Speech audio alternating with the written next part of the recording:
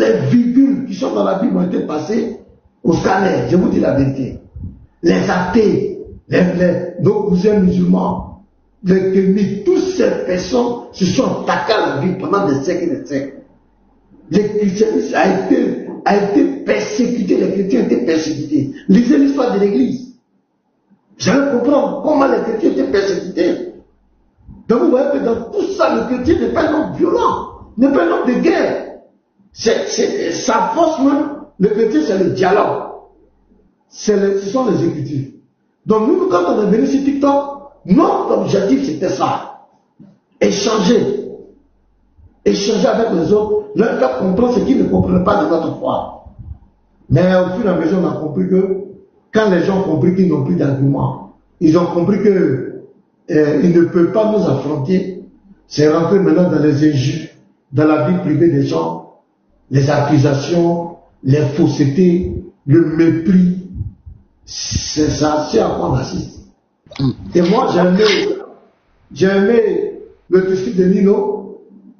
Voilà, si lui-même on se croit quelque part, parce que lui, il reconnaît la part de responsabilité des musulmans dans cette affaire. Mais il y a d'autres qui ne sont pas honnêtes. Ils veulent faire porter le chapeau aux chrétiens. Moi, je prends l'apôtre Elvis.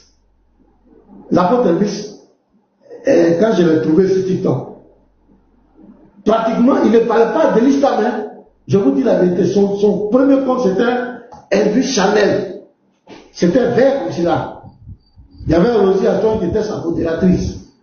Tous les lives, c'est la divinité de Jésus. La plupart de ce temps. Il parlait, et puis de façon posée, la divinité de Jésus, il expliquait les choses de la Bible. C'est comme ça, moi, je l'ai connu. Et je suis allé sur son live une fois, je me suis présenté.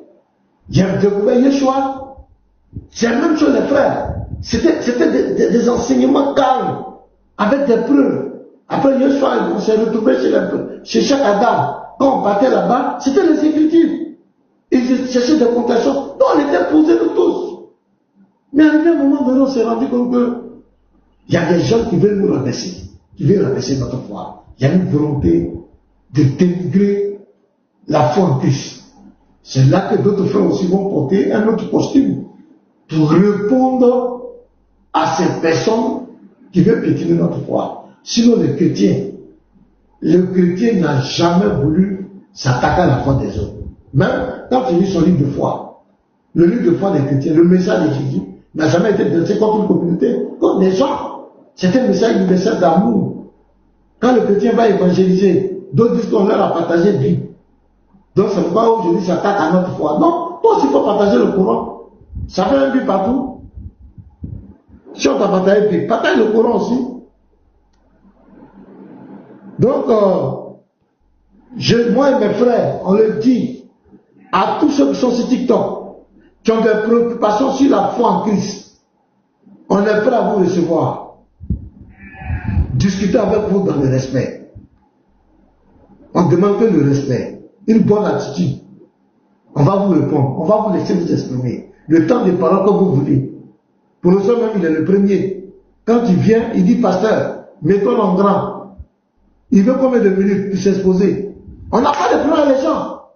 Mais il y a des gens qui sont irrespectueux, qui sont méprisants. Donc ces personnes-là, il faut regarder aller. Un gars comme cela, regardez comment il parle. Regardez son comportement avec Moubarak. Je ne prends que ces deux-là. C'est-à-dire que je ne sais pas quel mot je vais dire ou pas, il y a pas un TikTok va me sauter moi. Je n'ai jamais vu des gens comme ça depuis Chine. C'est-à-dire des gens qui ne peuvent pas parler, ils ne peuvent pas parler à son prochain sans l'insulter, sans le mépriser. Moubarak est le numéro, même Lyon ne peut pas se comparer à Moubarak. Lyon ne peut pas s'approcher à Moubarak. Moubarak quand il parle, non, ce jeune homme-là, avec son maître, Ali. La dernière fois, je l'ai vu je suis avec lui sur le panel de missionnaires. Qui n'était obligé de le reprendre? Le débat se passait calmement. Hein. Le débat se passait calmement, chacun donnait ses arguments. c'est lui qui a commencé à attaquer. Il appelle Yeshua Yeshiot. C'est Ali qui commence, hein. Il appelle Yeshiot. C'est là qu'il va l'attirer. Il dit, mais pourquoi tu fais ça? On est en train de discuter, et toi, pourquoi tu l'appelles Yeshiot? Non, il dit non, lui, c'est comme... Il dit non, ici, là, non, on n'est pas d'accord. Ici, ce sont les arguments. Si tu ne peux pas t'exprimer sans manquer de respect à l'autre, moi, on n'est pas d'accord. L'éducation, et moi, je vous dis, l'un des signes pour connaître qu'il y a Dieu en quelqu'un, quand Dieu rentre en quelqu'un, le véritable quand il rentre en toi, parce qu'il est le summum de la morale, il y a ton éducation d'abord qui va régler. Tu ne veux pas un nom qui est comme on appelle, qui est facilement là pour rabaisser les autres et insulter les gens. Vous les reconnaissez à leurs fruits. Comment des personnes, quelqu'un qui se dit, il est un groupe il est responsable d'un groupe de prédicateurs musulmans. Il était chrétien, il est devenu musulman. Regardez ses propos. Regardez ses propos. J'ai dit, nos parents qui sont là, nos parents, ils sont des sexes. Donc parce que nos parents des sexes, il faut qu'on vienne sur les réseaux sociaux pour parler du sexe de nos parents. Le Seigneur Jésus-Christ, ce n'est pas n'importe qui. Pour les chrétiens, même ceux qui ne croient pas qu'il est Dieu, le Père, ou bien je ne sais pas quoi, mais tous reconnaissent que c'est la figure emblématique du christianisme. Mais quand tu viens sur les réseaux sociaux pour parler de ses parties intimes, aucun chrétien n'a fait ça de leur prophète. Tu viens parler de ses parties intimes. Et que je vois aucun musulman n'est capable d'approcher ce monsieur pour lui dire attention, mon frère, tu vas loin. Tu vas très loin. Tu vas parler de ses parties intimes. Moi, je n'ai jamais vu un débatteur chrétien venir parler des parties intimes de leur prophète. La seule chose qu'ils disent, ils disent que pour eux, tout pas normal qu'un monsieur de 54 ans puisse consommer une fille de 9 ans. Mais ils ne vont pas venir dire, Mohamed avait 70 ans, son sexe était comme cela, il bandait à 5 h du matin, ou bien il bandait tant. Tu ne vas jamais voir un chrétien faire des choses comme cela. Mais lui, il va venir. Lui, c'est allé. Et moi-même, je dirais même aux chrétiens, il faut qu'on évite même ce monsieur. Il faut qu'on l'ignore. N'allez même pas sur son panel. Parce qu'il va nous amener, nous aussi, à dire des choses sur les musulmans. Ben là, s'il ne peut pas le recadrer, parmi nous là, il y a d'autres qui sont doux. C'est comme une armée. Dans l'armée, il y a des techniciens. Et ils sont là pour réparer les chars et ils ne font pas combat. Il y a d'autres, ce sont des snipers. Il y a d'autres, ce sont des démineurs. Il y a d'autres, on appelle les forces spéciales. Et ils font spécialement pour des missions dures. Donc tu vas croiser cela. Et qu'ils vont récupérer ton prophète. Parce que chacun frappe là où ça fait mal. Souvent il dit, maintenant on est en train de parler de votre Dieu, vous parlez de Mohamed. Oui, mais votre Dieu, on ne sait pas qui il est. On ne sait pas votre Dieu qui il est. Mais on connaît votre prophète au moins. Et on sait que c'est là-bas, ça fait mal. C'est pas d'autres qui attaquent ton prophète. C'est parce que tu attaques Jésus. Et il y a un smalaca qui vient, quand vous parlez de notre prophète là, est-ce que vous savez comment ça nous fait mal? Mais quand vous parlez de Jésus, si vous croyez que ça ne nous fait pas mal, nous on est joyeux. Nous on est contents. On va vous accorder. Quand vous dis que Jésus, toi tu as prouvé que Jésus, jusqu'à présent, n'a pas prouvé que Jésus a couché avec une fille de 3 ans. Jusqu'à présent, tu n'as pas prouvé. Mais quand les chrétiens du monde entier regardent ça, où tu dis que Jésus est un magicien, parce qu'il a changé l'eau en vin, tu dis que c'est un magicien. Avec beaucoup de mépris. Nous, ça ne nous dirait. Vous faites des lives, patriotes, c'est pas le cas. Parlez du ciel du Seigneur. À 4 h du matin, il a bandé, non? C'est pas écrit quelque part. Il a bandé, ton Dieu a bandé comme moi, à 4 h du matin, et puis pose la question au chrétien. Donc tu vois, à 4 h, tu es un homme comme moi, non? Oui. Ton Dieu, il était un homme, non? Oui. Donc, à 4 h du matin, qu'est-ce qui se passe chez un homme? En était un homme, à 4 h du matin, généralement, il est tendu, pour montrer la puissance de sa virilité. Maintenant, il pose la question, mais ton Dieu aussi, Il était un homme, donc à 4 heures, il bandait, non? Et tout ça dans l'objectif quoi? De mépriser les chrétiens, de rabaisser les chrétiens. Donc il vient sur les réseaux sociaux pour parler de la figure emblématique des chrétiens. Et eux, ils veulent que les chrétiens clament. C'est allé, testicule. Il a chié. Il a bandé à 4 heures. Ton Dieu. Et même il fait des caricatures. Il vient publier des caricatures. Alors que chez eux, on ne doit pas caricaturer leur prophète. C'est-à-dire ce que tu n'aimes pas, il ne faut pas faire l'autre. Ce type n'est pas de Dieu. Ce type-là, il n'est pas de Dieu. Il n'y a même pas Dieu inclus à lui. Or, dans leur courant, la soirée sur les 708, il dit ne jurez pas ce qu'ils adorent en dehors d'Allah, ce qu'ils invoquent en dehors d'Allah, de peur qu'ils insultent votre Dieu. Donc je le dis, je le répète, moi je suis pasteur. Les frères qui sont là, dans la vie réelle, ce n'est pas des vagabonds, hein. Ce sont des responsables, des fonctionnaires d'État. Je vous dis la vérité. C'est parce que chacun ne veut pas montrer son identité ici. Ce n'est pas des vagabonds, ce sont des responsables. Mais si vous voyez qu'ils sont obligés de descendre dans la boue, c'est à cause de certains comportements de certains musulmans. Mais s'il y a des gens qui veulent échanger dans le respect avec les écritures de source, nous on est prêts à échanger avec eux, mais les va-t-en-guerre, les haineux, les méprisants, qui cherchent la vie privée des gens, qui insultent les parents des gens à cause d'une religion. À cause de quoi? La religion on est venu trouver, on va partir. Tu ne peux rien changer. Nous sommes des êtres humains. La différence entre nous et puis les animaux, c'est parce que nous on peut changer. Chez les animaux là, c'est la loi du plus fort. Il n'y a pas de souci. Quand un lion vient, il a vu un antilope là, il n'y a pas de débat. Un doit être mangé. Le serpent là,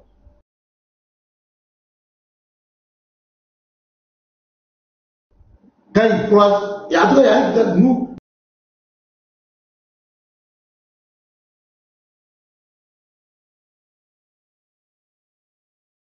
Mais chez nous, les hommes, la différence, c'est que nous, on peut échanger. Mais il y a des personnes avec qui on ne peut pas échanger. Parce que tu vas, même quand il va prononcer ça, il faut qu'il te rabaisse, il faut qu'il te méprise. Il faut qu'il t'insulte. Ça dit, c'est sa nature. S'il n'insulte pas, s'il ne te rabaisse pas, il n'est pas à l'aise. Ça dit que sa journée, ça dit que lui, c'est comme ça il est. Donc hier, Nino, j'ai aimé son discours. Parce que lui, il est quand même lucide. C'est mon frère ivoirien. Il est lucide. Il a reconnu que dans Jésus là-bas, il y a des cas comme ça. Là, on sait un homme honnête. Ce n'est pas un fanatique suiveur. Il a reconnu lui-même sa responsabilité.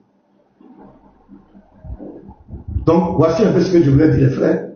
On a vu l'un des exemples chez Yeshua, la vidéo de Sabrina et de Eau Précieuse. Sabrina prend la parole, elle commence à inciter. Dit, il n'est pas sur notre Dieu.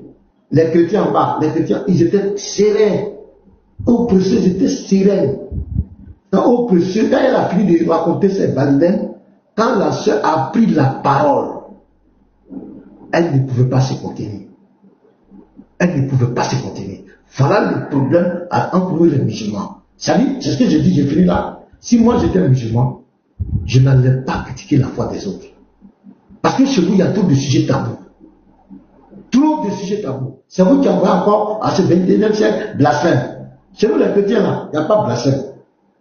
Parce que nous, notre Dieu est capable. Chez nous les chrétiens, même le blasphème pour le Saint-Esprit là, c'est notre Dieu qui connaît la limite. Aucun pasteur, aucun homme de Dieu ne peut décrire, qui peut donner la limite, le degré du blasphème contre le Saint-Esprit. En tout cas, je ne crois pas. C'est Dieu lui-même qui sait quand quelqu'un a blasphémé contre le Saint-Esprit. Les limites. Mais chez nous, les chrétiens, tu peux dire tout ce que tu veux sur Jésus. Tu peux dire tout ce que... Un chrétien ne va pas te maudire, il ne va pas te menacer à mort. Pourquoi? Parce que le chrétien a un principe. Si Jésus est Dieu, il est capable de se défendre. Il nous a dit seulement de prêcher l'évangile. C'est la parole que nous prêchons. Mais il nous a pas dit de maudire des gens. de faire des règlements de compte en son nom, de tuer les gens, de mépriser les gens, d'inciter les gens en son nom. Non. Jésus ne nous a jamais demandé ça. Mais souvent, on est obligé quand il y a un moment difficile, c'est dans la maison avec un enfant, il faut souvent piétiner. Il faut le piétiner un peu pour qu'il sache qu'il n'est pas seul dans la maison. Pour qu'il sache qu'il y a quelqu'un auprès de lui. Et souvent, on est obligé d'attirer votre attention pour vous montrer que ce que vous faites là, on peut faire la même chose. De la manière dont vous méprisez votre foi, on peut le faire aussi. Vous faire comprendre que vous n'avez pas le monopole de l'impolitesse, le monopole de mépriser les autres. Donc nous sommes d'accord pour échanger avec des musulmans respectifs. Et de notre part, nous ferons l'effort aussi de manifester le respect pour ces musulmans. Parce que nous on connaît, on sait ce qu'on peut dire à un musulman et ça va lui faire mal. On sait où il faut frapper. Et ça va lui faire mal. Ça va te faire perdre le cadeau. On sait ça. Et on sait qu'on peut éviter ça. Mais la balle est dans votre camp. Si vous voulez des échanges intellectuels sur des tests, vous pouvez que votre religion est la vérité et que vous pouvez prouver dans un environnement calme, avec des preuves culturelles, dans le respect, sans insulter les gens. Parce que moi je dis, quand quelqu'un est la vérité et qu'il est bien éduqué, il n'insulte pas son contradicteur. Il apporte les arguments. C'est parce que tu n'as pas d'argument que tu es injurieux. C'est parce que tu n'as pas d'argument que tu es méprisant. Et les injures, c'est une couverture pour cacher son incapacité. C'est comme Léon Zé. Léon Zé, il se fait connaisseur. On lui dit, bon, donc, viens faire un débat classique, où tu vas prouver ta connaissance. Il dit non, lui veut parler en même temps que le frère. Là, il va profiter de ça pour inciter le frère, pour cacher sa carence. Tu veux faire de la connaissance, mais tout le monde veut montrer sa connaissance dans un endroit calme. Audible où tout le monde écoute tranquillement. C'est ce cas-là que Dieu soit tort. Il dit ne veut pas. Il veut parler en même temps le frère. Pour l'inciter, ça veut dire qu'il sait qu'en face de lui, l'adversaire est coriace. Donc s'il laisse l'adversaire s'exprimer de façon libre, calme, dans un environnement calme, apaisé, il sait qu'il ne pourra pas s'en sortir. C'est pas pour faire le bruit. Et c'est ce qu'aujourd'hui faire tous ces débatteurs musulmans qui ont peur de nous affronter dans des endroits calmes, dans un environnement apaisé. D'autres m'ont demandé débat, on ne veut pas modérateur. Débat, on ne veut pas timing. Comment ça? Quand vous avez commencé la divinité de Jésus, les chrétiens ne vous ont jamais dit ça. Ils vous ont écouté, ils vous ont offert des cartes, vous avez donné vos arguments, ils vous ont répondu tranquillement. Pourquoi votre tour là, c'est de devenir un peu plus modérateur, on parle en même temps tout ça, c'est n'importe quoi. Dans le plan, vous avez la parole. Quelle est la Oui, shalom, pasteur Ménard. Ce que tu dis que c'est censé, ce que je trouve qui est dommage, ce que je peux dire, je peux vous dire la vérité nécessairement, parce que je peux prendre l'exemple sur Baba qui n'hésite pas à exposer nos frères. Il va chercher des informations, que ce soit vrai ou faux. Il va chercher des images. Comment? Lui, il ne fait plus l'interreligieux, c'est autre chose de faire. Voilà, qui veut dire que maintenant, ce n'est plus quelque chose pour instruire. Il passe dans cette, je sais pas si c'est l'autodéfense ou l'attaque ou détruire, parce que lorsqu'on touche à la réputation de quelqu'un, on touche à la personne. Maintenant, il n'est plus à échanger, il est dans ce qu'il y a destruction. Et pourtant, je peux vous dire sincèrement, c'est des choses que Baba, il sait. Je sais où est-ce que Baba, je connais dans quelle ville Baba vit, j'ai son numéro de téléphone, j'ai sa photo, j'ai sa ville, je sais où il travaille. Je connais tout ça, mais je n'expose pas Baba. Pourtant, je suis chrétienne. J'ai ces informations, je ne l'expose pas.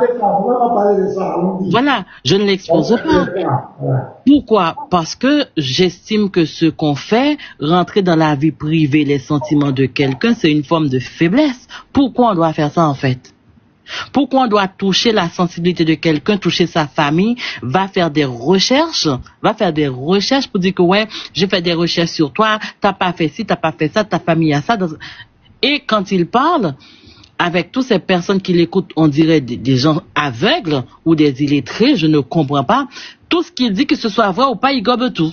Et après, ils vont répéter ça de partout où ils passent. Et là, ils veulent seulement dénigrer nos frères. Dans l'interreligieux, c'est pas ça. Il est écrit, il est aussi écrit. Ça, c'est une. Il y a vérité qui est en sourdine. Il y a vérité qui est en sourdine. Qu'il sorte de la sourdine. Voilà. La vérité sort de la soudine. Voilà, ici on entend soudine. Non, moi, écoutez, moi j'attends que vous finissiez votre propos et puis j'interviens, j'essaie d'être respectueux, c'est tout. Bonjour à vous. Merci. Bonjour. Donc, à un certain moment, c'est sûr que les gens ne vont pas se laisser faire. C'est vrai que dans le temps, ils pouvaient venir partout, menacer, raconter du n'importe quoi. On rentrait pas dans leurs livres parce qu'on respectait nos livres de foi. Puisque maintenant, ils nous ont incité à aller dans leurs livres, à faire des recherches, à connaître c'est quoi l'islam. Maintenant, lorsqu'on sort des textes, ils nous disent qu'on manque de respect. On va lire leurs sources, ils disent que voilà, c'est du blasphème. Ils ont rien contre leurs savants, mais ils ont des problèmes contre les gens qui sont en train de lire leurs textes. Moi, ce que je peux dire à nos frères, faites très attention parce que nous n'avons pas tous les mêmes tempéraments. Il y a des endroits où tu vas, il y a la sensibilité que tu vas toucher chez quelqu'un, la personne ne va pas rester sans réagir. Un jour, c'est sûr que ça va péter. Pourquoi on doit rentrer dans la vie privée des gens? On parle des gens publics, personnalité publique. Mohamed, c'est une personnalité publique. Et Jésus, personnalité publique. Allah, personnalité publique. Tout simplement. Pasteur Ménard, il est là, on fait des lives, mais c'est sur TikTok nous sommes. Ce ne sont pas des personnalités publiques qu'on va chercher leur vie, comment il a dormi, comment s'appelle sa femme, ses enfants, biographie, machin et tout. Non, nous sommes dans des terres religieux, ça reste quand même nos vies privées.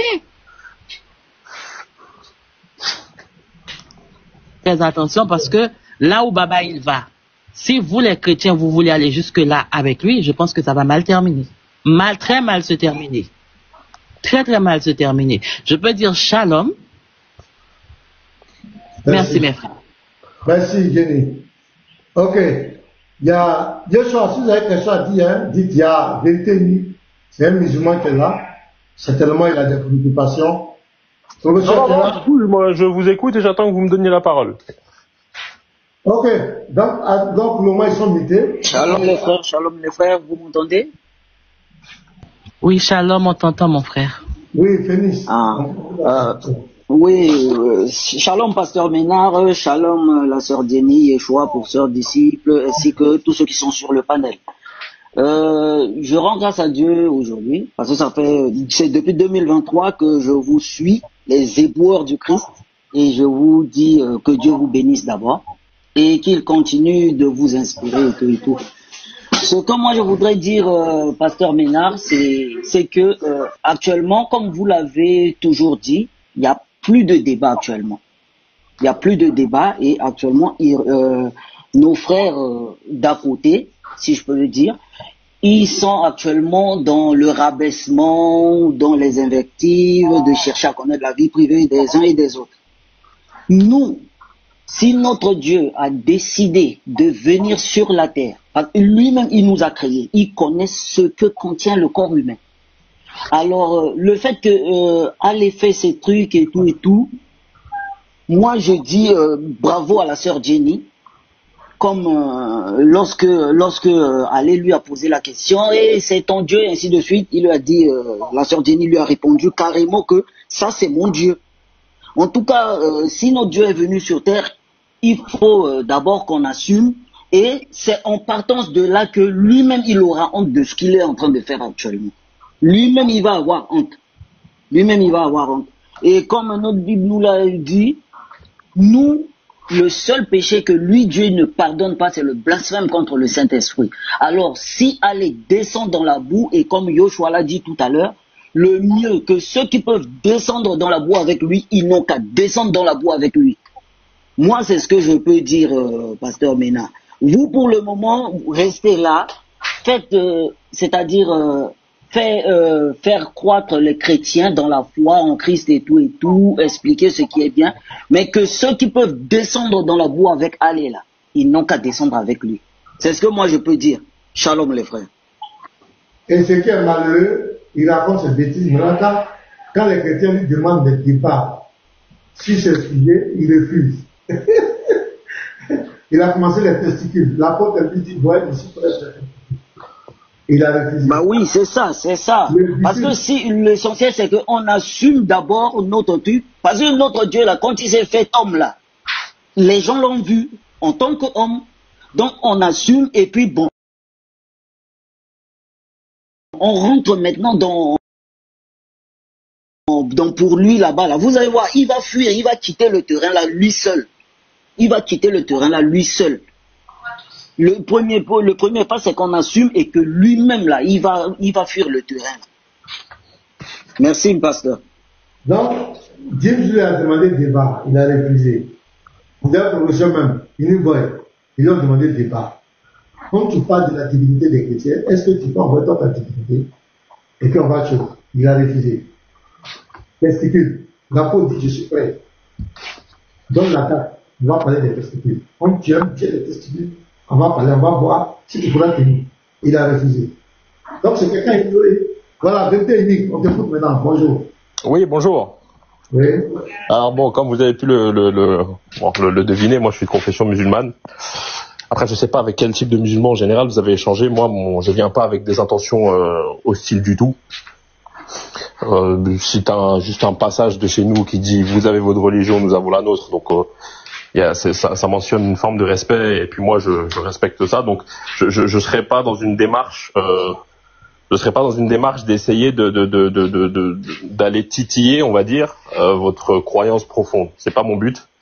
Moi, mon objectif, quand j'avance dans la religion, que ce soit dans la mienne ou dans la compréhension de celle des autres, c'est d'essayer de comprendre pourquoi ça on n'est pas d'accord, pourquoi ça on est d'accord, trouver des similitudes. Et je fais un travail de recherche. Quand je fais un travail de recherche, c'est pas uniquement dans mon livre à moi, dans mon référentiel à moi. C'est-à-dire que je fais un travail aussi de recherche honnête et sincère dans les autres, avec une lecture un peu avec l'esprit ouvert. Et pas dans un truc où je suis renfermé sur moi-même et je ne veux rien entendre d'autre que ce que j'ai appris, etc. Donc moi j'ai ma conviction, elle ne changera pas. Et donc quand je fais mes recherches, bon voilà, je tombe sur certaines choses. Et en fait, moi, au lieu de venir, par exemple, vous les jeter sur la table et vous dire oui, mais regardez ça, c'est pas du tout mon but. C'est parce que vous êtes des personnes qui connaissez mieux que moi votre pratique. Donc moi, je vais juste, en fait, ma démarche, c'est juste de vous poser des questions pour avoir des réponses, tout simplement. Et c'est des petites questions qui vont être basiques, sur des choses basiques, mais moi, en tout cas, je m'interroge dessus et il n'y a pas mieux que d'avoir l'avis de quelqu'un qui s'y connaît. Donc, il n'y a pas de souci. Voilà. Donc, à la place de vous, on est là pour apporter des réponses. Si quelqu'un qui ne comprend pas notre foi, s'il vient, c'est ce que la Bible nous dit, si quelqu'un vient nous demander quelque chose sur notre foi, nous sommes en mesure de lui apporter la réponse. Mais aussi, on peut souvent aussi vous poser des questions. Aussi, c'est ce qu'on appelle l'interreligieux, la religion comparée. Et il y a des choses que vous ne comprenez pas chez nous, sur votre esprit. Vous ne comprenez pas. Souvent, quand on fait recours à votre livre de foi aussi, je crois que ça peut passer. Donc, on vous écoute.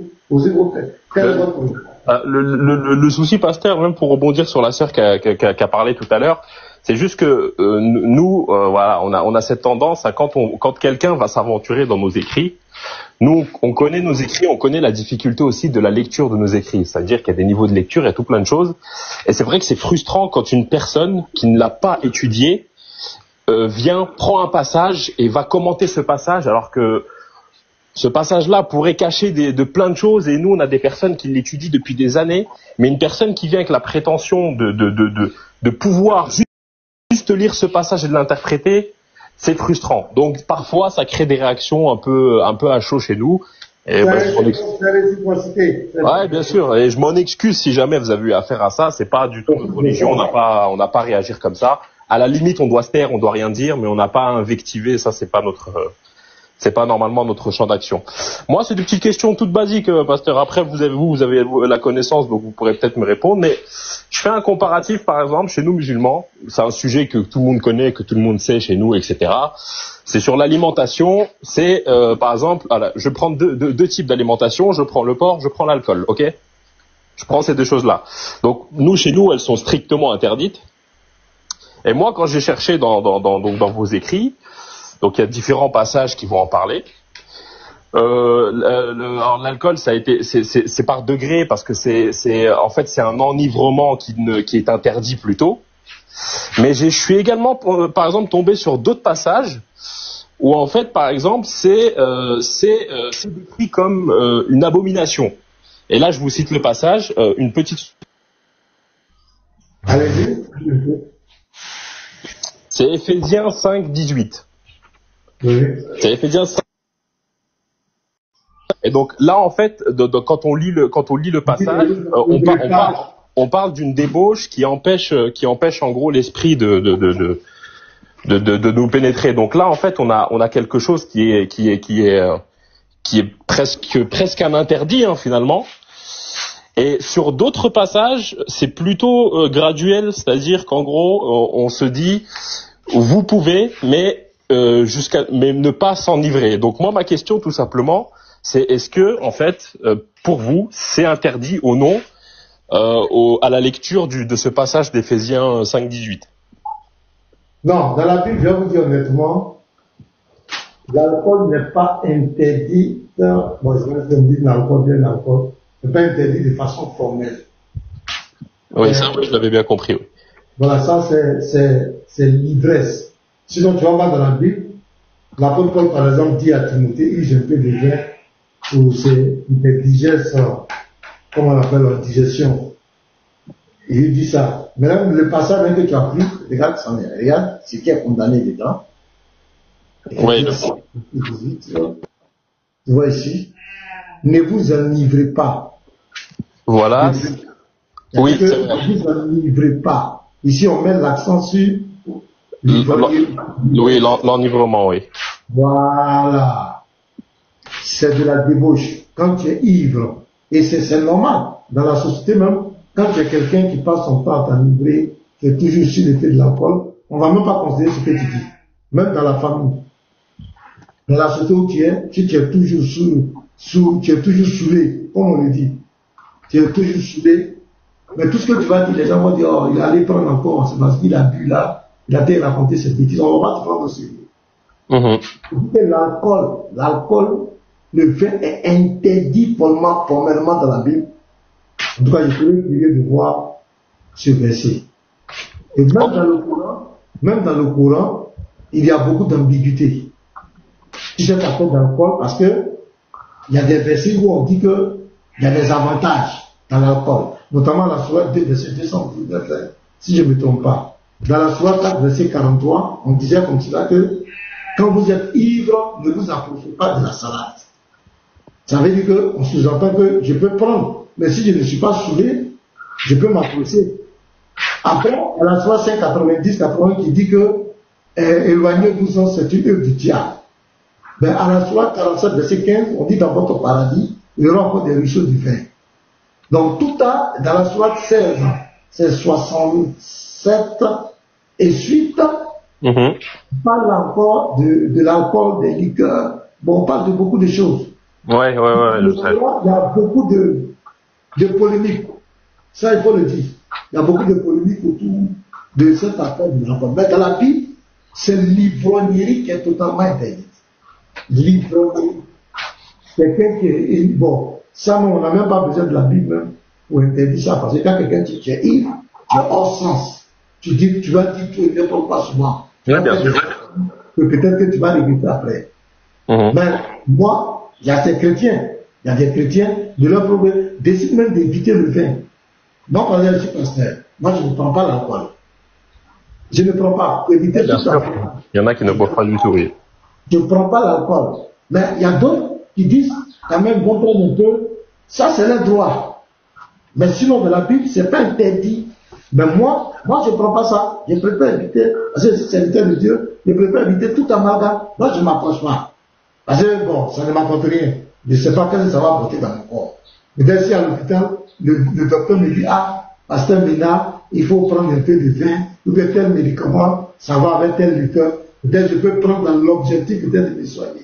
Mais j'ai déjà le Saint-Esprit qui me donne la joie, la paix. Bon, je vais prendre encore pour être joyeux. Ça, c'est ma position. Et ce n'est pas interdit dans la Bible que non, c'est pas interdit. Mais c'est l'ivrognerie qui est totalement interdite. Ça, il faut le dire. Ok, merci pour l'explication. Bon, au niveau de l'alcool, c'est moi, en tout cas, ça me semble clair. Votre explication elle me convient. Je vous ai donné du coup deux cas de figure. Je vous ai dit l'alcool d'abord. Ensuite, je vous ai dit le porc. Donc, encore une fois, je vais vous montrer que j'ai fait des recherches quand même. Donc, je vais vous citer un passage. C'est Ésaïe 66, 17. Où en fait, là clairement, on a quelque chose qui est, on a un qualificatif qui est fort, et on a même un comparatif dans le verset. C'est-à-dire que la viande de porc est comparée à celle de souris, et il est dit que c'est une abomination.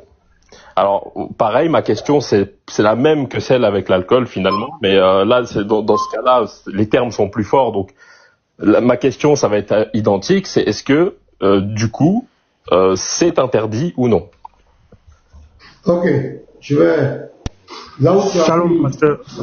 Shalom, pasteur. Oui, Allô, là on où tu m'entend? as... Oui, je t'entends. Ok. Je voulais répondre à sa question par rapport à Ésaïe 66, 17. Là. Parce que très souvent, beaucoup de personnes font... Voilà. Shalom à tout le monde. Soyez bénis. En fait, la plupart des personnes qui prennent ce verset font une amalgame. Dans ce verset, ce n'est pas une interdiction qui est dite dans ce verset. Mais ce verset, c'est une sanction qui est donnée par rapport à une interdiction qui a été faite au préalable. Écoutez très bien, je lis le verset.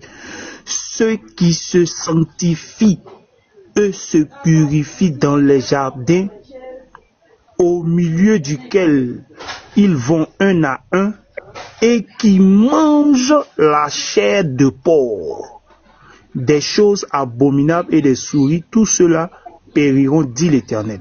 Donc ici, c'est la sanction qui est en train de tomber. Ce n'est pas l'interdiction qui est ici. L'interdiction a été faite depuis Lévitique. Ici, là, c'est la sanction. Je prends un exemple. J'ai dit à mes enfants, ne sortez pas.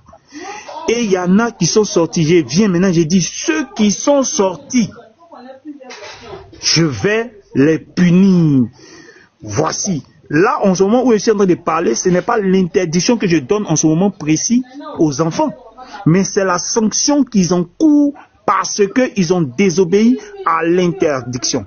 Donc ce verset n'a rien à voir avec l'interdiction. Il faut retourner maintenant pour connaître l'interdiction qui a été donnée au préalable avant ce verset. Sinon, Ésaïe, ce n'est pas l'interdiction. C'est le Lévitique, pardonnez-moi, c'est le Lévitique 11, 7, 8, c'est ça? Voilà, c'est là-bas. Maintenant là-bas, vous allez connaître maintenant l'interdiction qui a été donnée et le type de porc qui a été interdit de manger. Donc voilà ça. Mais bien sûr, ok. Lévitique va donner des détails. Je savais pas. Le Lévitique, je l'ai relevé, hein, mais je savais pas qu'il donnait un type par contre. Voilà, j'ai dit, vous ne mangerez pas le porc qui a la corne fendue. Tu as vu, non? Et le pied, oui. Mais qui ne rumine pas. Vous le regarderez comme impur. Donc ici, il y a une catégorie de porc qui a la corne fendue et le pied fauché. Tu peux avoir cette image de la catégorie de ce porc-là? Ok, je vais taper sur mon téléphone. Voilà. Honnêtement, j'arrive pas à le visualiser mais je vous crois, il n'y a pas de problème.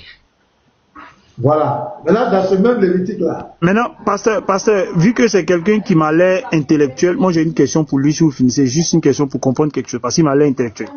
Vas-y. Ok, et bon, je vais aller rapidement. Le frère Vérité, excuse-moi, hein. Je veux savoir, en tant qu'intellectuel, est-ce que vous pensez qu'une personne peut connaître les pensées d'une autre personne? Connaître les pensées, non. Humainement, c'est pas possible. Ok, merci pour la réponse. Maintenant, quand une personne dit qu'une autre personne est en train de penser ceci ou cela, comment fait-elle? Elle se base sur quoi pour dire qu'une personne est en train de penser ceci ou cela? Par exemple, moi je vous regarde et je vous demande, et je vous dis par exemple, vous pensez faire ceci ou cela. Comment je m'arrange à savoir que c'est votre pensée qui est là? Dites-moi, comment je m'arrange? Alors, ça va être de l'interprétation peut-être faciale, etc. Mais sinon, on peut pas savoir. Voilà, justement, vous avez dit un mot, interprétation faciale. C'est-à-dire que vous êtes d'accord avec moi que ça sera par le visuel que je vous verrai faire certaines choses et je vais déduire que vous pensez être en train de faire ces choses-là, n'est-ce pas? Ça reste un ressenti. C'est une déduction qu'on fait, mais c'est jamais une certitude. Mais cette déduction est due à quoi? Cette déduction est due à quoi? Un langage corporel. Merci là-bas, un langage corporel. Merci. Mais non, pasteur, attends. Oh. Hey. Pour le moment. Bon, il me mythe. Pardon. Faut revenir dans le sujet du fond là. Pardon, faut pas te fâcher, laisse. Parce que, comme tu as dit, bon, d'accord. Donc, vas-y. Vas-y. Non, je ne suis pas fâché. Tu dis de laisser. C'est parce que comme il m'a l'air intellectuel et il est honnête, c'est à cause de ça qu'il a fait cette démarche pour que lui-même là, ça allait sortir de sa bouche. Mais c'est pas grave. Allons-y. Voilà, allons-y. Pardon, Et après, j'ai pas compris où est-ce que vous vouliez en venir du coup. Non, c'est bon. On va chercher à comprendre ce lieu. Si le pasteur te dit de laisser, il faut laisser. Le pasteur, c'est un homme sage. Il te parle de la souffrance. Il faut accepter. Oh. Donc, ici, on revient dans le sujet. Donc, ici, mon frère, vérité unique, vérité unique plutôt. Oui. Vous ne mangerez pas le porc qui a la pomme fendue. Tu vois, non? Ouais. Le pied fourchu. Il va trouver l'image. Vous allez voir cette catégorie de porc qui a été interdit. Maintenant, dans ce même chapitre de Lévitique, est-ce que vous savez qu'au verset 4, il a été interdit le chameau? Ça, je le savais pas, non. Regardez le verset 4. Mais vous ne mangerez pas de ceux qui ruminent seulement et qui ont la corne fendue seulement. Ainsi, vous ne mangerez pas le chameau qui rumine, mais qui n'a pas la corne fendue. Vous le regarderez comme impur. Donc, le chameau est regardé comme un animal impur. On est d'accord? C'est ce qui est écrit, oui. Voilà. Mais dans la sourate 22, 36, 37, Allah dit que vous pouvez prendre des chameaux pour faire des sacrifices et vous pouvoir manger. Tu veux nous expliquer ça? Là, vous me demandez de vous expliquer pourquoi il y a une différence. Pourquoi ici c'est interdit? Parce que vous dites que c'est le même Dieu, c'est pas ça? Oui, bien sûr. Voilà, le même Dieu dit que le chameau est impur ici, et puis il se retrouve dans le Coran, il dit que ce n'est plus impur, vous pouvez faire des sacrifices avec ça, et même les manger. Ouais. Alors, le fait que ce soit le même Dieu, ça, pour moi, il n'y a aucun problème. Maintenant, les écrits, on va forcément diverger. Mais ça, il n'y a pas de problème, là-dessus. Le même Dieu, il s'est dédié ou bien il s'est pas dédié? Non, nous, on a une perception sur les écrits. Je vous parle en toute transparence, en toute honnêteté. Où nous, de notre point de vue, il y a eu des modifications dans la Bible. Donc en fait, c'est pour ça que je veux pas rentrer dans le sujet avec vous parce que j'ai pas envie de. C'est un panel chrétien, je respecte, j'ai pas envie de. J'ai pas envie, mais en gros, c'est notre conception de la chose. Donc je peux pas vous répondre aujourd'hui. Non, écoutez-moi, monsieur Vérité, ici là, tant que vous pouvez donner les preuves de vos dits, nous on n'a pas de preuves avec ça. Oui, bien sûr. Moi, je n'ai pas cette. Nous, c'est la mauvaise éducation, les injures, la volonté de rabaisser l'autre. Non, sans passer par là. On n'est pas d'accord. Mais nous, là, on n'a pas de sujet tabou. Tant que tu peux prouver que le livre de foi que nous on a été modifié par qui, en quelle année, tu peux nous montrer des textes originaux qui ont été modifiés. Par exemple, tu dis, bon, peut-être dans Lévitique 11, verset 4, vous ne mangerez pas de ceux qui ruminent seulement ou qui ont la corne fendue seulement. Ainsi, vous ne mangerez pas le chameau qui rumine, mais qui n'a pas de corne fendue. Vous le regarderez comme impur. Si tu nous dis que, par exemple, je prends l'exemple, ce texte a été modifié. Ouais. Parce que, à l'original, c'est pas dit que vous ne mangerez pas le chameau. Mais c'est des gens qui ont modifié, qui ont dit vous mangerez le chameau. Si tu nous montres les deux textes, nous on dit, ah, monsieur Vérité Unique, il a raison. Voilà le vrai texte. Ils ont falsifié. Tu as vu, non? Mais quand tu vas venir dire, ça a été modifié. Maintenant, on dit, donne les preuves. C'est là que maintenant, on commence à balbutier, on commence à raconter, c'est là que nous n'acceptons pas. Mais tant qu'il y a des preuves, scripturelles, datées, des sources claires, nous on accepte. Je comprends. Voilà, on n'a pas le monopole de la connaissance. Bien sûr, non, mais je comprends. Nous sommes très factuels ici. Je Nous comprends. sommes très factuels. Quand tu dis des mots, il faut les prouver.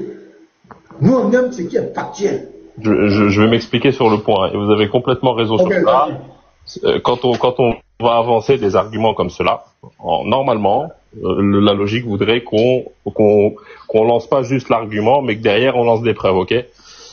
Moi, en toute transparence, et j'ai aucune gêne ni honte de le dire, moi aujourd'hui, je n'ai pas suffisamment de science pour vous apporter ces preuves. D'où mon travail aujourd'hui de recherche comparatif pour essayer d'essayer de trouver justement du moins tirer le vrai du faux. Alors, dans ce travail-là, pasteur, pour que vous compreniez, je ne prends pas juste en considération le Coran et la Bible. Ça veut dire qu'aujourd'hui, on a un troisième ouvrage. Moi, j'appelle ça ouvrage témoin parce que pour moi, c'est un peu celui qui va un peu arbitrer entre les deux, si vous voulez. En fait, les trois s'arbitrent, mais on est obligé de prendre les trois pour avoir une analyse complète. On peut pas juste en comparer deux. Quel est le troisième? La Torah, du coup. Et il faut que moi, dans mon travail de recherche, il faut que je prenne en considération ce troisième-là. Sur un même sujet, frère, il faut que je regarde les trois. Vérité. Dites-moi. Oui. La Torah que tu viens de dire, elle se trouve où? Elle se trouve où, c'est-à-dire physiquement? Oui. Parce que tu as parlé de la Bible, tu as parlé du Coran et tu as parlé de la Torah. Où est-ce que la Torah là? Vous faites mention à l'Ancien Testament, c'est ça, qui est dans le. Non, je dis la Torah. Je parle pas de l'Ancien Testament. Je sais de quoi. Je pense que tu sais ce que signifie la Torah. Tu sais de quoi tu parles quand tu fais allusion à la Torah. Cette Torah là, elle se trouve où? Où est-ce qu'elle se trouve? Puisque c'est le troisième qui va être arbitre, et il faut qu'on le trouve, il faut qu'on l'identifie. Où est-ce qu'on peut trouver ça? Alors écoutez, moi, à mon sens, c'est ce que les Juifs, les enfants d'Israël emploient aujourd'hui. C'est leurs écrits à eux. C'est ça, c'est de ça que je parlais moi en disant Torah. J'ai peut-être été un peu, mais je parlais de ça en tout cas. C'est quel écrit par exemple? C'est quel écrit? Peut-être pas trop. Je crois il faudrait tous les prendre. Je les connais pas tous, mais il y a le Talmud, il y a tout plein de choses, mais il faudrait peut-être tous les prendre. Je les connais pas tous. En fait, je pense que tu es en train de parler de quelque chose que tu ne comprends pas et tu l'as si bien dit et je ne t'en plains pas parce que tu as dit que tu n'as pas une grande maîtrise. Ce qu'on appelle la Torah, c'est le livre de la loi.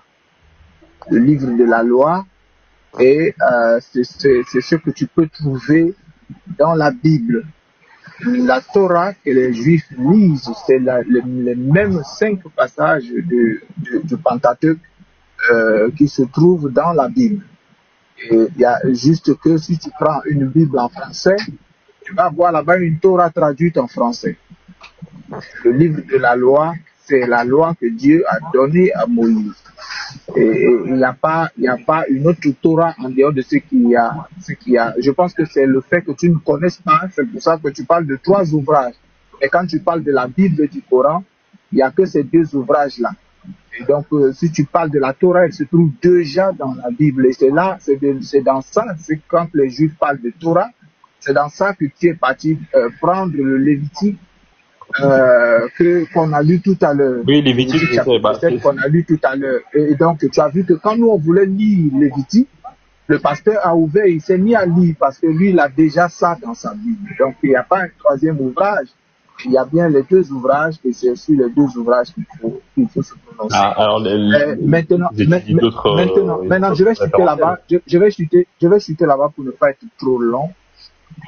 Maintenant, je pense que tu es vraiment dans une logique de compréhension. Tu ne dois pas faire d'affirmation parce que quand tu fais déjà une affirmation sur la corruption des livres, ça veut dire que tu as déjà fait un travail de recherche. Avant de faire une affirmation, une affirmation sans recherche est abusive en fait, si je peux parler en quelque sorte. Donc si tu dois dire ce que tu as dit tout à l'heure, que les textes sont corrompus, c'est parce que tu dois d'abord avoir fait un travail de recherche au préalable. Justement, et si ce travail j'ai dit selon nous. J'ai globalisé, j'ai généralisé. J'ai pas dit selon moi, j'ai dit selon nous.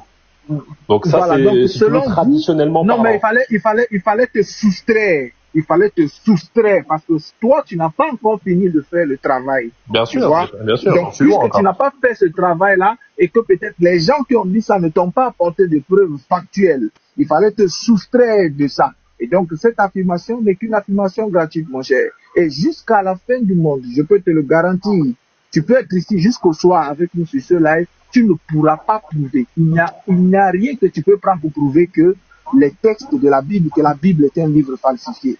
Sinon, nous te demanderons de nous produire l'original et jusqu'à la fin du monde, tu ne vas pas le produire. Parce que ceux qui le disent, ce sont des affabulateurs, ce ne sont que des gens qui n'ont aucune substance, ils n'ont rien sur quoi se tenir. Donc je vais m'arrêter là-bas pour ne pas être trop long.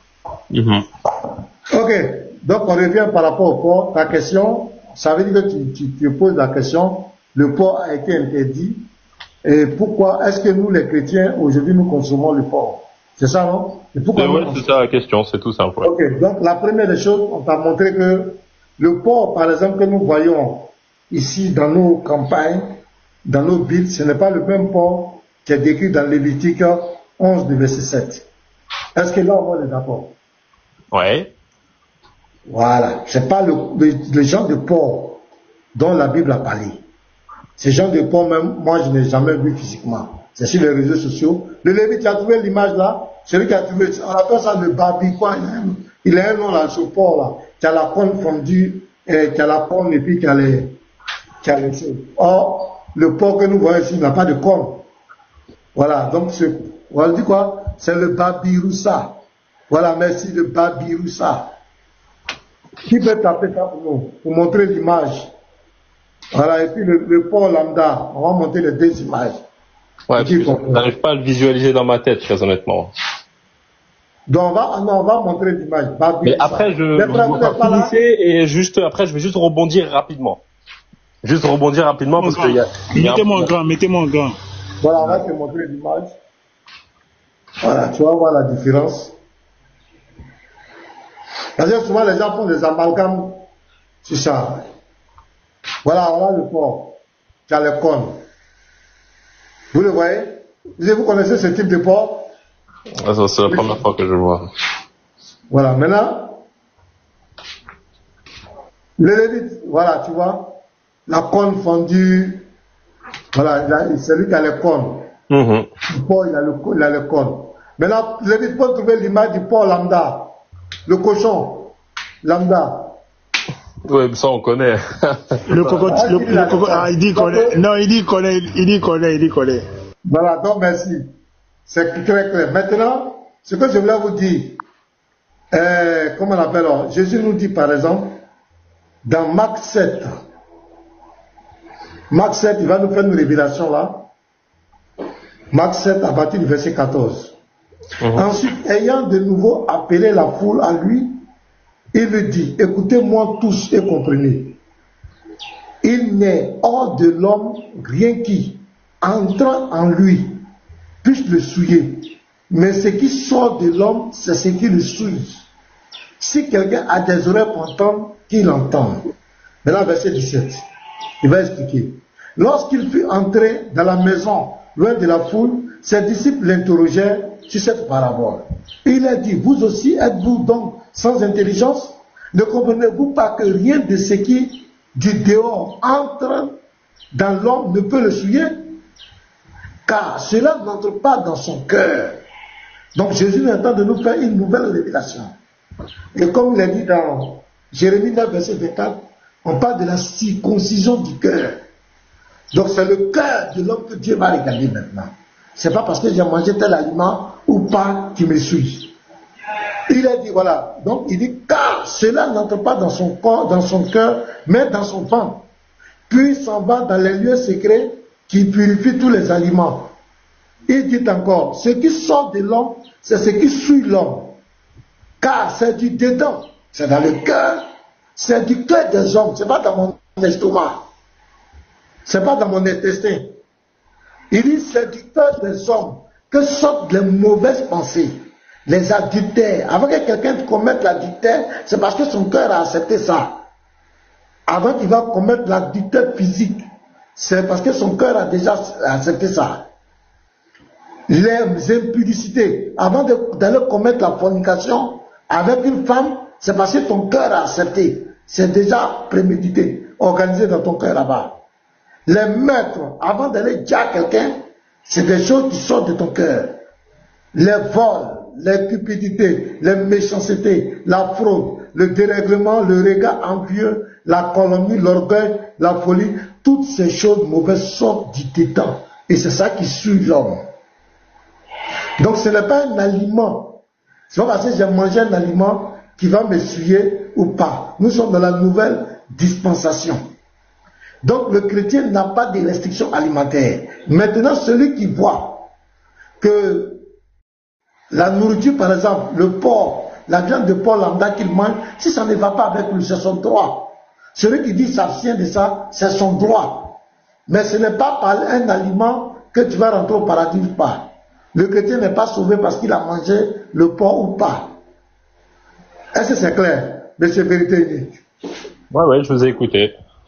Je vous ai écouté, c'est clair. Est-ce que vous me permettez juste un léger rebond sur ça? Allez-y. Et ça va juste faire référence à ce que il est plus là, dommage.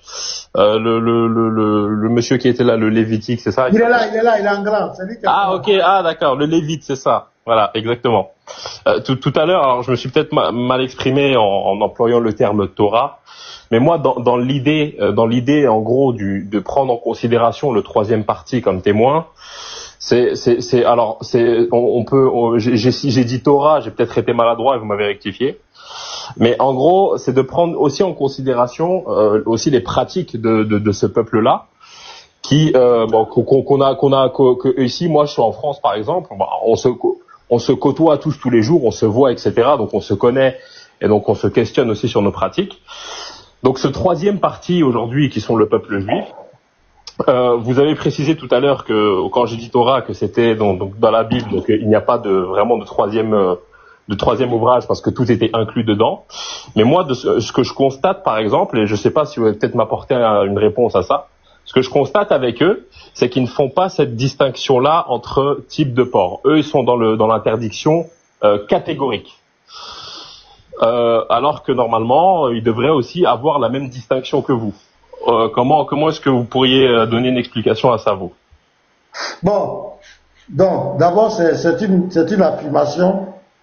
Voilà, parce que quand tu lis la Bible aussi, si le porc dont nous on parle était interdit, quand tu regardes par exemple dans Marc 5, dans le territoire des Gadaréniens, je crois que c'est un territoire juif. Ouais. Les gens élevaient les porcs là-bas.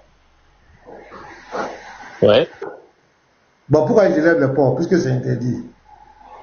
Alors, moi, ce que je te dis, pasteur, justement, c'est ceux que je connais ne le mangent pas. Alors, je sais pas, peut-être qu'il y en a qui le font pas ou qui. Mais s'ils ne le mangent pas, ça c'est ça.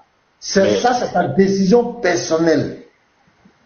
Mais personne ne va aller en enfer parce qu'il a mangé la viande de porc. C'est ce que Jésus a dit.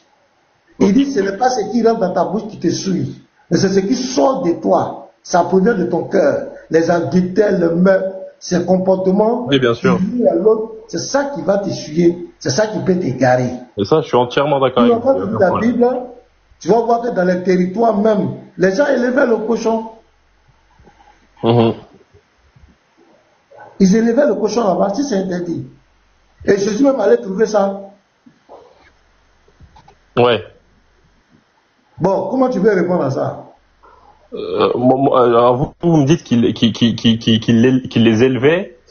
Oui. Je veux bien vous croire. Si vous avez si vous avez bien une connaissance en la matière, moi j'ai aucun problème. Moi je vous fais juste la constatation par rapport aux personnes de confession juive d'aujourd'hui que j'ai côtoyées et que j'ai pu questionner sur le sujet. Vous comprenez? Et eux, ils parlent d'interdiction. Eux, ils sont dans une interdiction. Mais nous, les chrétiens, ils sont juifs. Nous, les chrétiens. Ok. Nous sommes chrétiens. Nous sommes sous la grâce. D'accord. Nous sommes sous la grâce. Voilà. Donc, nous, les chrétiens, je vais lire le verset par rapport au porc. Il dit, ils arrivaient à l'autre bord de la mer. Ça, c'est Marc 5. À l'autre bord, dans le pays des Gadaréniens, aussitôt que Jésus fut hors de la barque, il vint au devant de lui un homme sortant des sépulcres et possédé d'un esprit impur. Cet homme avait sa demeure dans les sépulcres et personne ne pouvait plus le lier, même avec une chaîne. Car souvent il avait, on va aller, il était sans cesse, ayant vu Jésus de loin, il a couru, il s'écria, Car Jésus lui disait, son Seigneur, il lui demandait, quel est ton nom? Et il priait certainement de ne pas l'envoyer. Il y avait là, vers la montagne, un grand troupeau de pourceaux qui paissaient. Tu as vu, non? Il y avait un grand troupeau. Ce n'est pas 2 porcs, 3 porcs. Un grand troupeau de pourceaux. Oui, j'entends. Qui paissaient. Et les démons le priaient disant, envoie-nous dans ces pourceaux afin que nous entrons en eux. Et il le leur permit. Et les esprits impurs sortis, entrèrent dans les pourceaux, et le troupeau se précipita des pentes escarpées dans la mer. Et il y en avait environ 2000. 2000. C'est pas petit, hein? Ouais, c'est et beaucoup. ils se noyaient dans la mer. C'est beaucoup, ceux qui les faisaient paître. Donc, il y avait des gens qui les faisaient paître. C'est dans le territoire d'Israël. S'enfuient et répandit la nouvelle dans les villes et dans les campagnes. Les gens allaient voir ce qui était arrivé. Il vint auprès de Jésus et il vit le démoniaque, celui qui avait eu la légion, assis vêtu dans son bon sens. Et il fut saisi de frayeur. Ceux qui avaient vu ce qui s'était passé leur racontaient ce qui était arrivé au démoniaque et au pourceau. Alors il se mit à supplier Jésus de quitter leur territoire. Comme il montait dans la barque, celui qui avait été temps. Donc tu as vu, ils élevaient. Ils avaient plus de 2000 porcs. Mais est-ce que c'était la même qualité de porc qui est défendue dans Lévitique 11, verset 7? Non. C'était pas la même chose. Ouais. Ok. Non, bah, c'est bon, merci pour l'explication, ça me donne une partie de réponse. Je vais creuser aussi, Mais moi, je vais te montrer un verset du Coran. C'est déjà pas mal. Un verset du Coran. Si je sais, je pourrais. Si je sais pas, je vous dirai. Ok, ça me paraît un peu ambigu pour moi. Les Lévites, tu es là? Affirmatif. Donne-nous la Torah 56, verset 58, pardon. 56, 58. Regarde 56, verset 58. Torah 56, verset 58.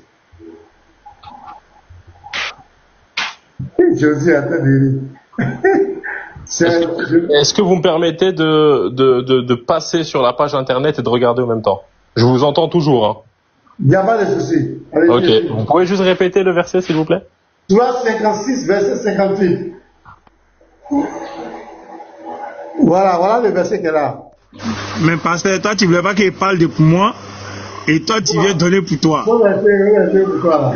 Ah bon, d'accord. Moi, il a donné, il a lui accompagné avec ça.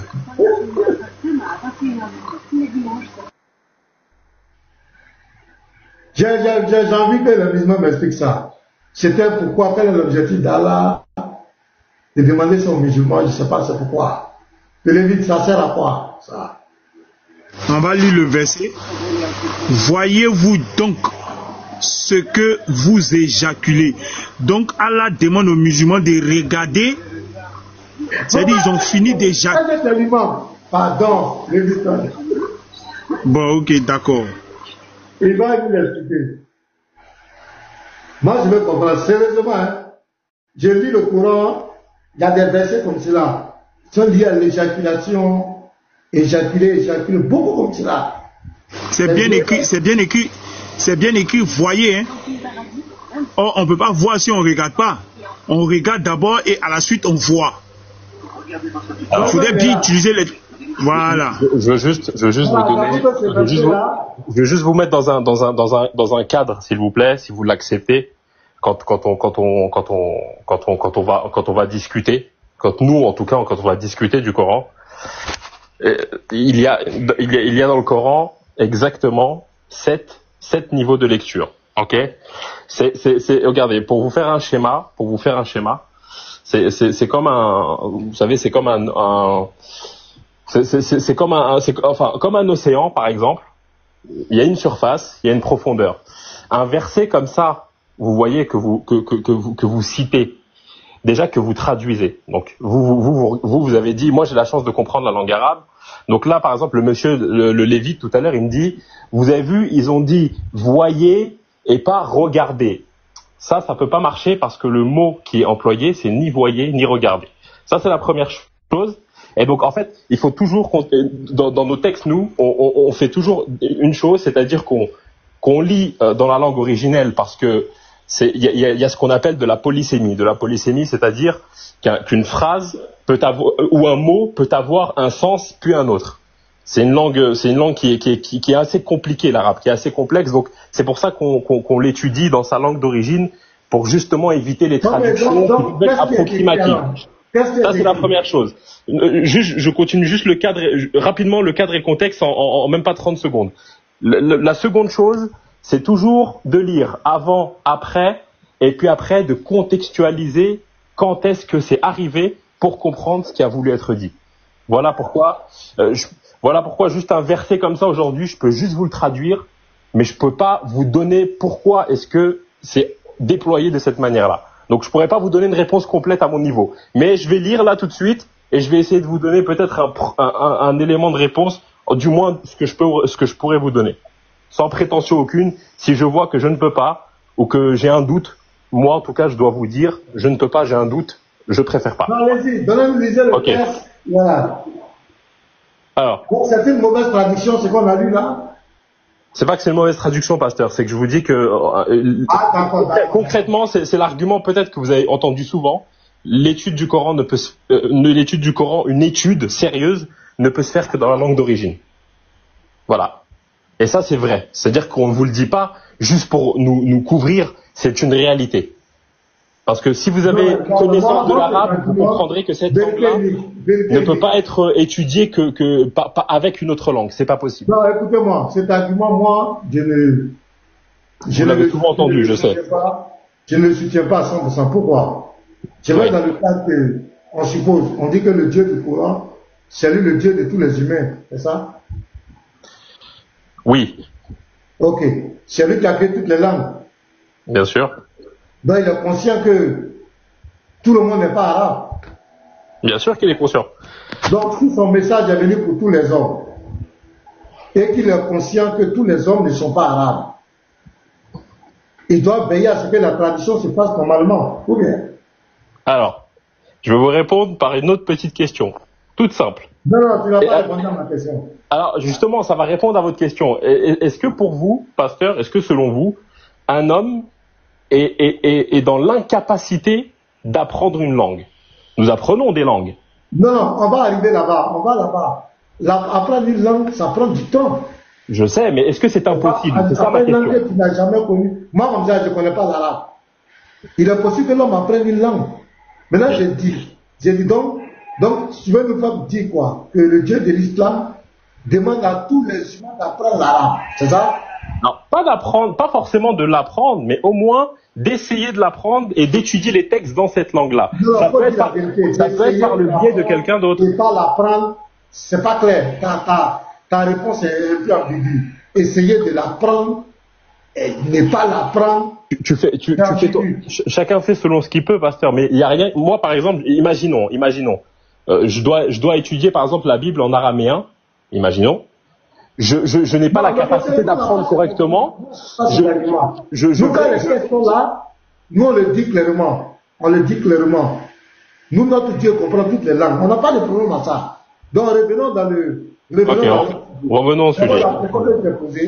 Est-ce que le test là qu'on a lu, est-ce que le test a été mal traduit, honnêtement? Ce qui est dit en arabe là, est-ce que c'est pas ce qui est dit là?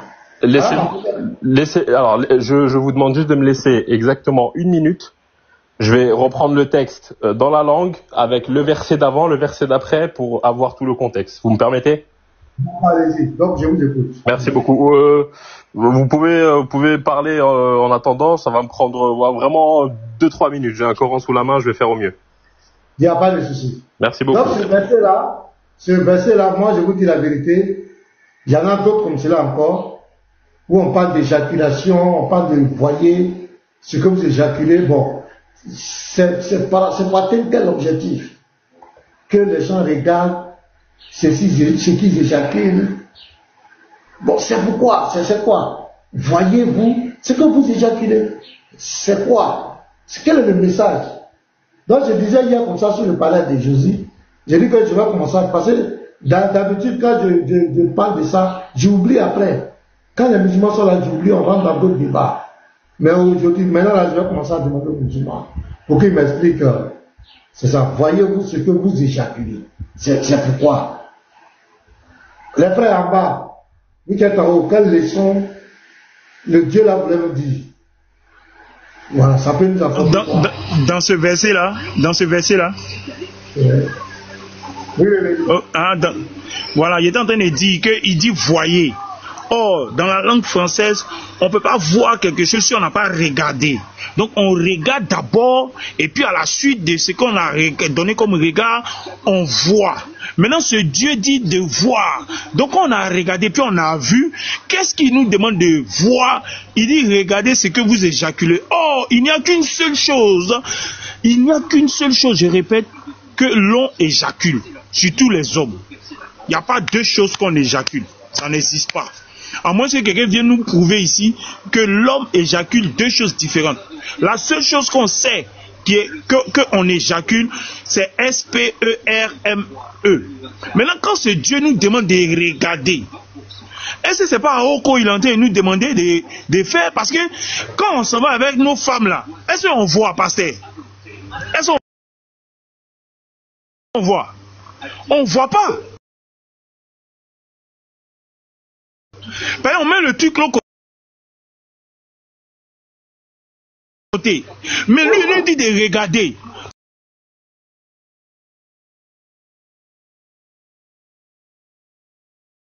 Si on a regardé, c'est qu'on a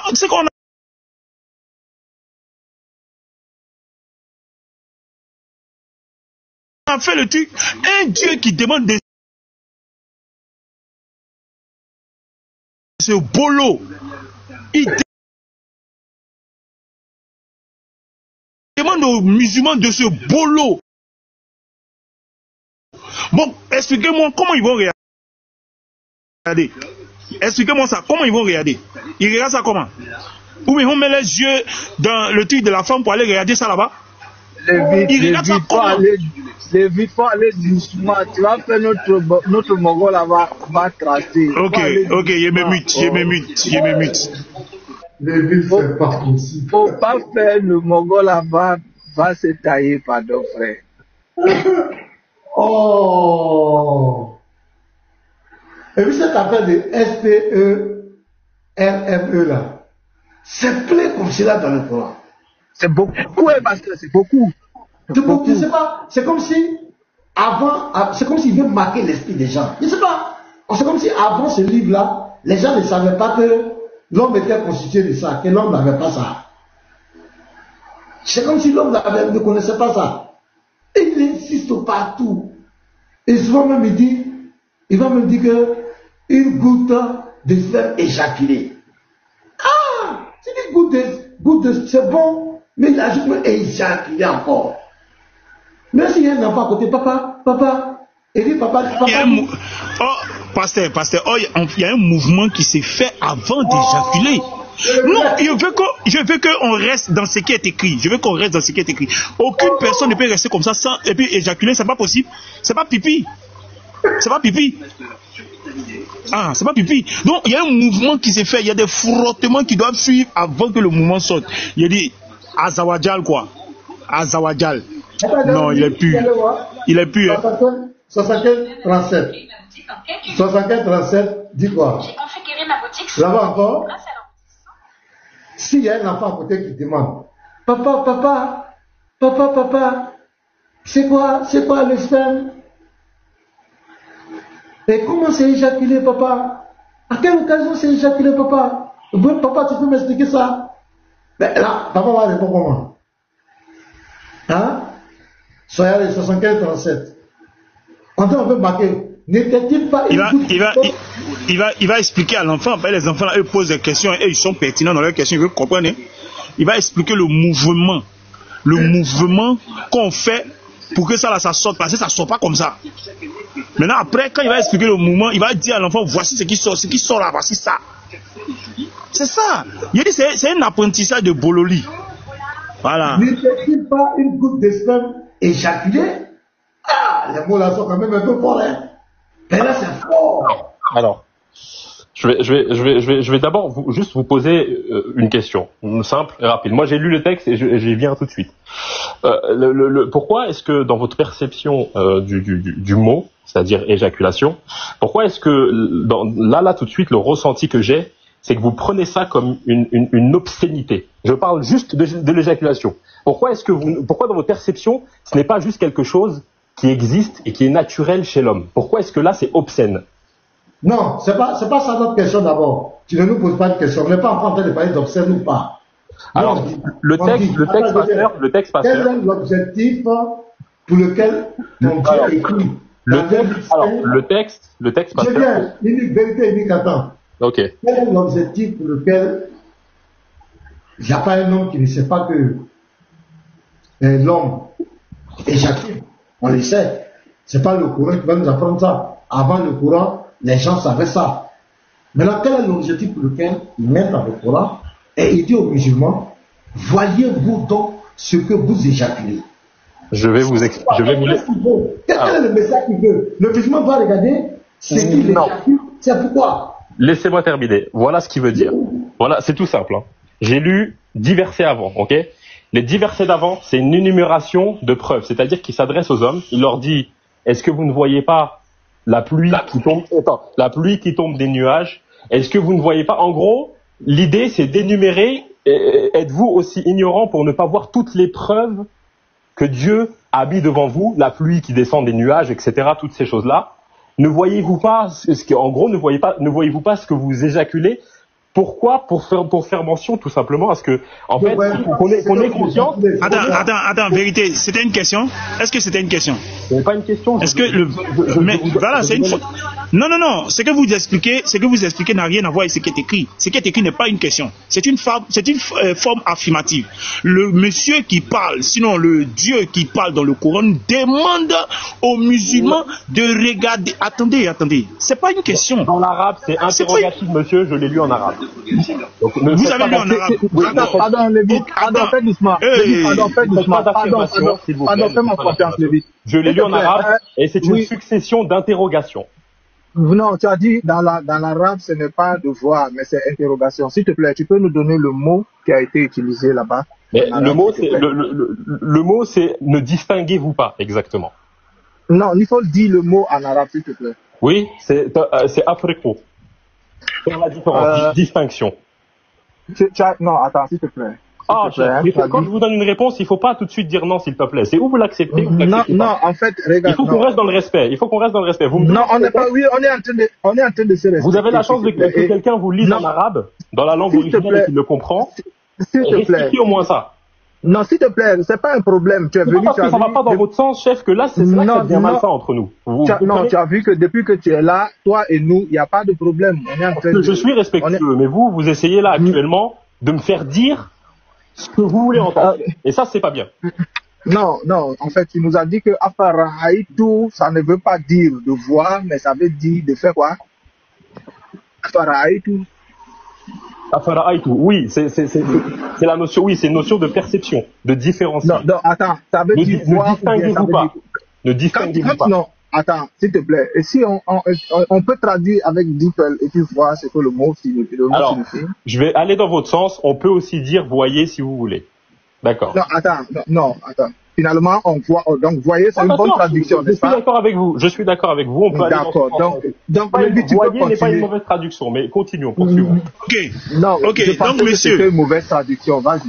Ok, donc, monsieur. On va mettre voyez, il n'y a pas de problème. Donc, monsieur. Ok, donc on met voyez, et puis c'est ce qui est ça.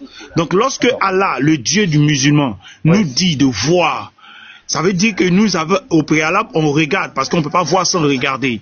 On peut pas, oui, voir sans avoir regardé. Donc, il nous demande de regarder. Non, il nous demande pas de regarder. Je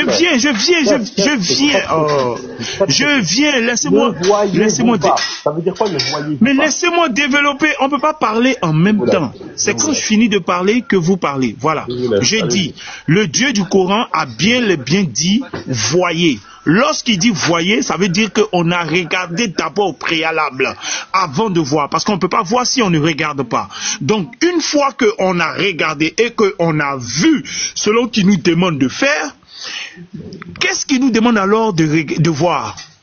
Parce que moi, étant un homme marié, quand je pars avec ma femme, je ne vois pas l'éjaculation. Je ne vois pas ça. Vous comprenez ce que je dis? Je ne vois pas. Si vous aussi vous êtes un homme marié, si vous allez avec votre femme, vous ne voyez pas ça. Mais lorsque le Dieu du Coran nous demande de voir ce qui est sorti de nous, c'est à quelle occasion on peut voir ça? Dites-moi.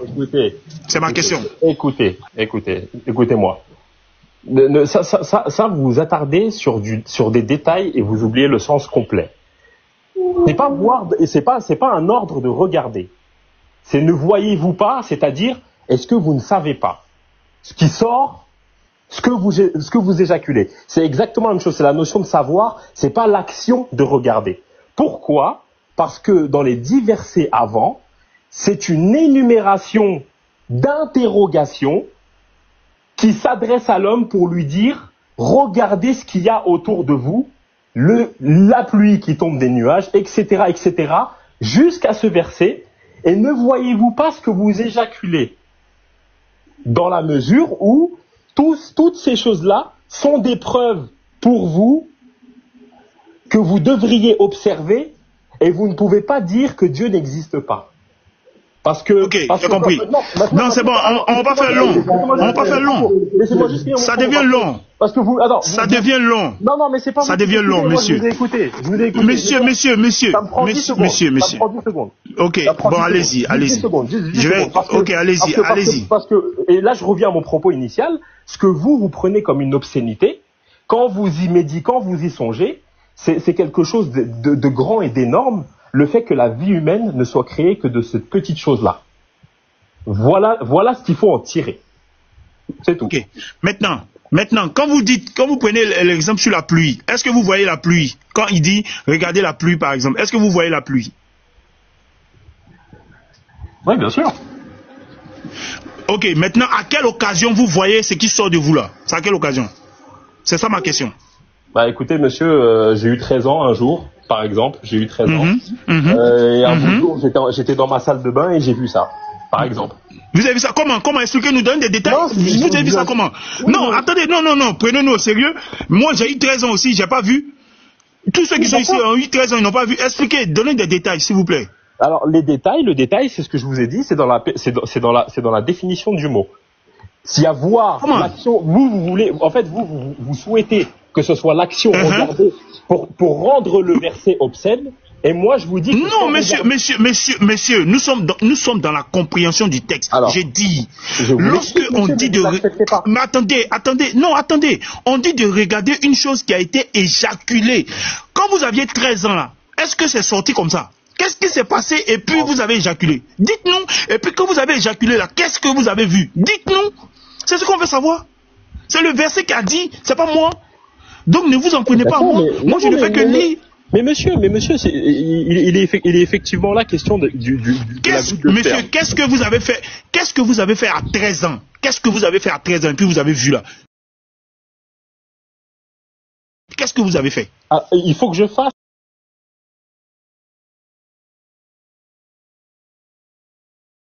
absolument quelque chose. Mais comment vous faites pour voir? Comment vous faites pour éjaculer? Attendez, juste un truc.